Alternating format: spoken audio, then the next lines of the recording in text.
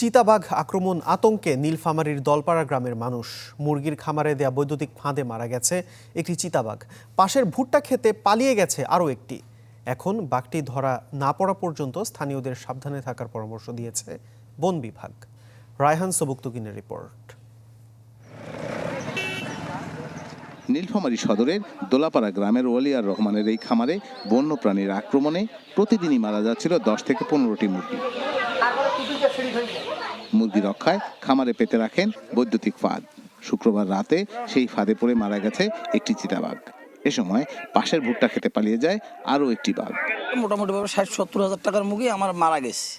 তো আমরা এটা শিয়াল সন্ধ্যায় আমরা ওইখানে আমরা পিছন দিক দিয়ে কারেন্টের জিআই তার দিয়ে আমরা ওই বেড়া দিছিলাম, ভাঙ্গা দিয়ে দেখেছি যে পড়ি আছে আর সামান্য এই জায়গাটা ধুকুর ধুকুর করেছে আর কি। কিন্তু ভয়ের কারণে আমরা কিন্তু ওই তারও রফ করে দিল না, কারেন্ট রফ করে না দেওয়ার পর দেখি তারপরে যদি মারা যাচ্ছে যাব।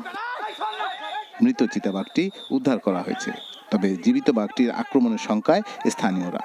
আর একটা এইদিকে জঙ্গলের মধ্যে, আবার ওইটা জঙ্গলের দিকে যায়, আবার আইসে চিৎকার মারে, ফির দৌড়েছে খালি ওই ভুট্টা বাড়ির পাশে, ফির আবার দৌড়িয়েছে, ফির দৌড়েছে। মূলত এটা তো অনেকটা জন্তুর, এটা তো আর থাকা যাবে না। বন্যপ্রাণী সংরক্ষণ কর্মকর্তা বলছেন বাঘ দুটি ভারতের সীমানা থেকে এসেছে। জানান বাঘ হত্যায় জড়িতদের বিরুদ্ধে নেওয়া হবে ব্যবস্থা।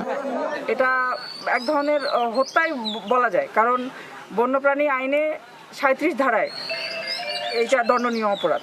আর এই বিষয়ে আমরা যথাযথ ঊর্ধ্বতন কর্তৃপক্ষের সাথে কথা বলে যথাযথ ব্যবস্থা গ্রহণ করব।